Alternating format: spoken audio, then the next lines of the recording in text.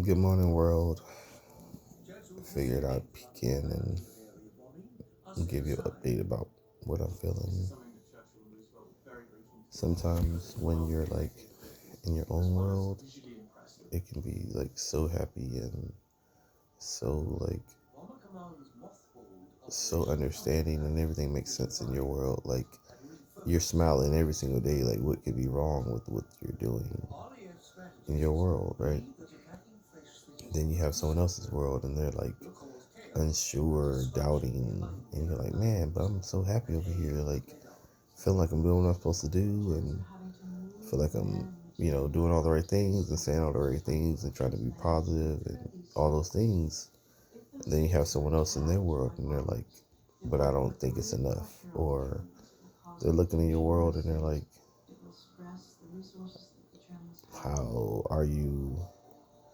How are you even mine? Like, are you even mine though?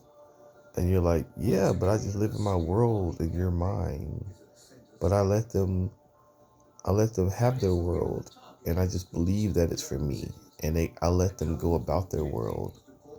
And if you tell me that you're for me, the only thing I could do is just say, yes, you are. But your actions, maybe not just your actions, but like what you think of me really matters.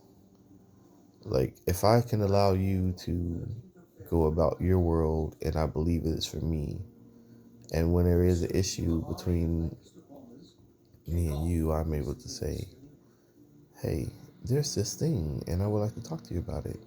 And we could talk about it. And you could say, yeah, I really do understand where you're coming from. And you're not out to get me. So if you bring something to me, it can't be a bad thing. Instead of it is now a bad thing. And you could just work together and like solve that thing. And when you have a thing, for me, I look at you and I say, dang, I'll change that thing for you. Well, I'll work on that thing for you. And it's just a thing that we work through together.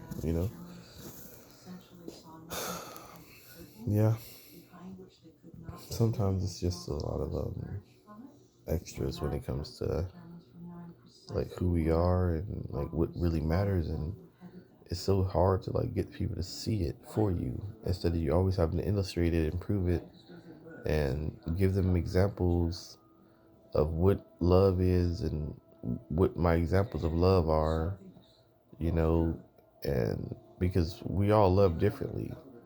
And I can say I love the world, and they're like, but what have you given the world? Have you given it your blood, sweat, and tears? Like, what have you done for the world in order to love the world? It's like, but they, I mean, I'm not necessarily the biggest religious person, but if someone can give their life for the world, you would think that that would be the all there is reason as to why they should get that love, right? But what else could they do? They could just live in a way that doesn't hurt anyone, always positive, always insightful, always try to lead. Maybe not always, because no one is always anything. But whenever you do fall off and you're kind of in a place where, wow, I'm in a negative spot, right? Can that person get themselves back together without harming anyone, without hurting anyone? And when they have to face those consequences, or they have to have the conversations that are tough, do they come at that conversation in what way? Do they address the person in a screaming way? Do they try to be logical? Do they try to be sorry? Are they logical? Um, can they at least make sense? And that's communication. That's a care to communicate the right way. That's a real bit of empathy as you listen to someone speak and you respond and you really try that. And if you do that, then man, you could love yourself enough to like just admit that you aren't doing that and then work on it. You know, I would. That's kind of what I would hope for. Like someone would just say, "I haven't been doing that, and if I could do that, I try to do that, and we get together and we talk about things the right way, and we would like be open to like what someone is actually saying, like not what we thought or what it felt like, but what they're actually saying. And I mean, they either lie to you or they're not lying to you. And if you feel like they're always lying, then just walk away from them. It's no big deal.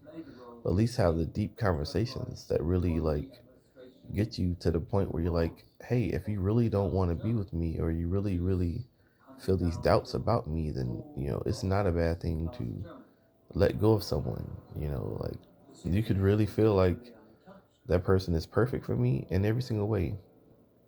But if that person doesn't think the same thing, or that person doesn't, um, they don't really like care to try to get the same feeling. If that makes sense, I kind of lost my train of thought. I hope that made sense.